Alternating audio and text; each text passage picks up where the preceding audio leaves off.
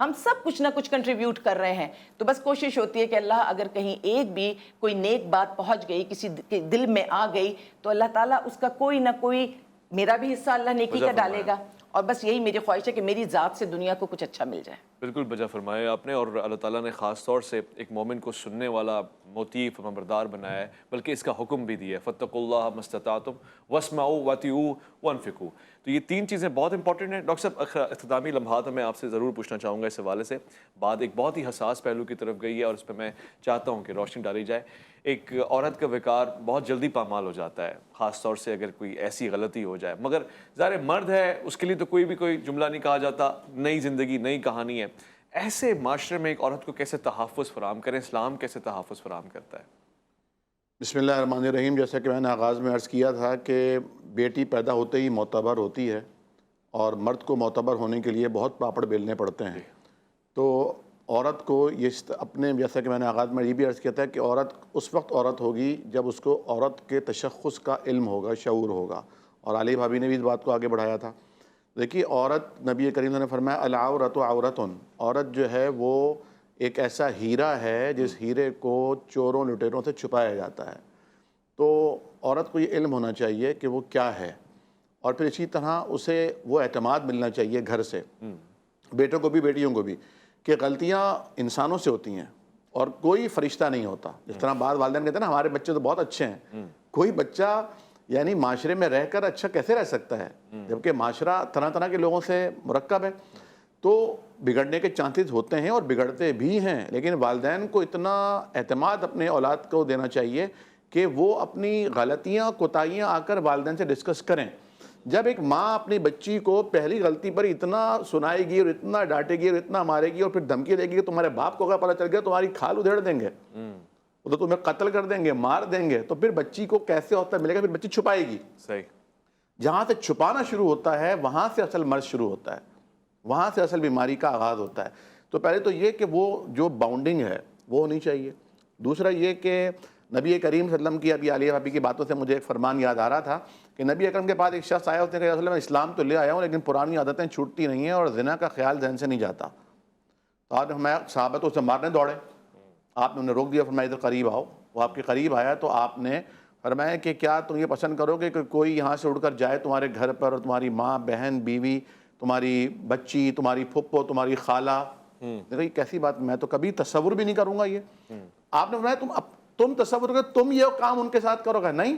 کہا تو کسی کی کوئی عورت, کسی کی بیوی ہے, کسی کی ماں ہے, کسی کی پھپھو, کسی کی خالہ. پھر آپ نے اس کے سینے پہ ہاتھ رکھا اور پھر اسے پاک دامنی کی دعا دی. ماشاءاللہ. وہ کہتا ہے یعنی آج تک وہ ٹھنڈک محسوس کر رہا ہوں اور اس کے بعد کبھی یعنی اس کا خیال ہی نہیں آیا, گناہ کا خیال ہی ذہن میں نہیں آیا. حضور نے فرمایا کہ جو عورت اذا صلت خمسہا, 5 وقت کی نماز پڑھ لے, وصامت شہرہا, رمضان کے روزے رکھ لے, وطاعت بالہا, شوہر کی فرمانبرداری کرے, اور احسنت فرجہا, اپنی عزت اور اپنی ناموس اور اپنے اعتبار کی حفاظت کرے, اپنے تشخص کی حفاظت کرے, جنت کے جس دروازے چاہے داخل ہو جائے. سبحان اللہ, سبحان. یہ اسٹیٹس صرف عورت کے لیے, مرد کو تو بہت پاپڑ بیلنے پڑیں گے, قدم قدم کے اوپر حلال حرام کی تمیز رکھنی پڑے گی. اب اس عورت کو, کیونکہ اگر عورت کا پیر پھسلتا ہے تو پوری نسل برباد ہوتی ہے, پورا معاشرہ برباد ہوتا ہے. عورت کے جسم پر لگنے والا گھاؤ اس کی روح میں منتقل ہوتا ہے, روح سے وہ جین میں جاتا ہے. وہ جتنی اس سے جتنی نسلیں چلیں گی 7 پشتوں تک وہ جین میں منتقل ہوتا رہے گا. وہ ترس, وہ عذاب, وہ الجھن, وہ گناہ کا احساس, وہ نگلیشن کا احساس. اس کے لیے ضرورت ہے کہ عورت کو یہ بتایا جائے کہ تم عورت ہو, تم عورت ہو, اور وہ اس کو تسلیم کرے. تم وہ ہو جو اللہ کے نبی صلی اللہ علیہ وسلم نے جس کے لیے اتنی فضیلتیں بیان کی, اور اللہ تعالیٰ نے جس کے لیے کہا کہ لیس الذکر کالانثی, مرد تھوڑی عورتوں کی طرح ہوتے ہیں. جب ایک عورت اتنی اپنے آپ کو پاورفل اور پراؤڈ محسوس کرے گی نا, تو پھر وہ کسی نوجوان کے بہکاوے میں ہرگز نہیں آئے گی. بھائی بہت خوب, بہت بہت شکریہ ڈاکٹر عامر عبداللہ محمدی, بہت بہت شکریہ جناب عالیہ سارم صاحبہ. خواتین حضرات, آپ کا بھی شکریہ ادا کرنا چاہتا ہوں. قرآن کریم نے واضح طور سے فرما دیا اور اس نے اس معاشرے کے حفاظت کے لیے فرمایا ہے, یہاں تک کہ ایک مومن کی اہمیت اور عزت کو بھی اس نے بتایا کہ کتنی امپورٹنٹ ہے اس کے لیے. تمہارے اپنے اہل و عیال میں سے یا لوگوں میں سے یا بچوں میں سے, یہ جو فیملی ہوتی ہے اس میں سے اگر لوگ تمہارے خلاف ہو جائیں، دشمن ہو جائیں، سازشیں کریں تو ان سے احتیاط کرو، مگر فوراً سے کہتا ہے کہ اگر تم ان کی اصلاح کر دو، مسٹیک ریکور ہو جائے، ریپیئرمنٹ ہو جائے تو تم بھی معاف کرنے والے ہو اور اللہ تم سے بڑا معاف کرنے والا ہے، پسند کرتا ہے معاف کرنے کو۔ یعنی کسی بھی طرح سے سوسائٹی کو قائم رکھنے کے لیے پردہ پوشی کرنا، ساتھ جوڑے بنائے رکھنا اور پھر لوگوں کو دشمنیوں سے بچانے کے لیے ایک عورت کا باوقار ہونا اور اپنی حفاظت کرنا بہت ضروری ہے۔ معاشرے نے محافظ بنایا ہے خواتین و حضرات، وہاں پہ مسائل کھڑے ہوتے ہیں جب ہمارے نوجوان نسل ہو، مرد ہو یا عورت، اسے بہکایا جائے، گمراہ کیا جائے اور اسے احساس دلایا جائے کہ جو کچھ وہ حاصل کر سکتی ہے تو کچھ بھی نہیں ہے۔ لہٰذا آج بہت ہی سوشل میڈیا کے دور میں آسان ہے کہ ہم ذرا سی ایک بات کو ایشو بنائیں یا پھر نان ایشو کو ایشو بنا کر لوگوں کی داد ہمدردیاں وصول کر لیں اور اس کے بعد پھر زندگی بھر انہی کے آسرے پہ چلتے رہیں۔ جب معاشرے سے ہم اپنا وقار کھو دیتے ہیں اور اپنا اعتبار کھو دیتے ہیں تو پھر ہم ان لوگوں کے ہاتھ کی کٹ پتلی بن جاتے ہیں کہ جو ہمیں اپنی مرضی سے چلانا چاہتے ہیں، ہمارے وقار، ہمارے معاشرے اور ہماری عزتوں کو داغدار کرنا چاہتے ہیں۔ اپنا خیال رکھیں گے، آپ اپنے سے بڑھ کے خیال رکھیں گے ملک پاکستان کا، خاص طور سے اس موضوع کا کہ جس کا آج ذکر ہوا ہے، یعنی بنت حوا کا۔ جتنا ہو سکا، جہاں جہاں ہو سکا، چاہے میرے اور آپ کے گھر سے تعلق نہ رکھتی ہوں مگر یہ وہ لوگ ہیں کہ جن کے لیے اللہ کے رسول نے فرمایا خاص طور سے اپنی وصیت میں، نصیحت میں، خطبات میں کہ خبردار عورتوں کے معاملے میں خبردار، ہوشیار عورتوں کے معاملوں میں ہوشیار۔ اللہ کی امان میں۔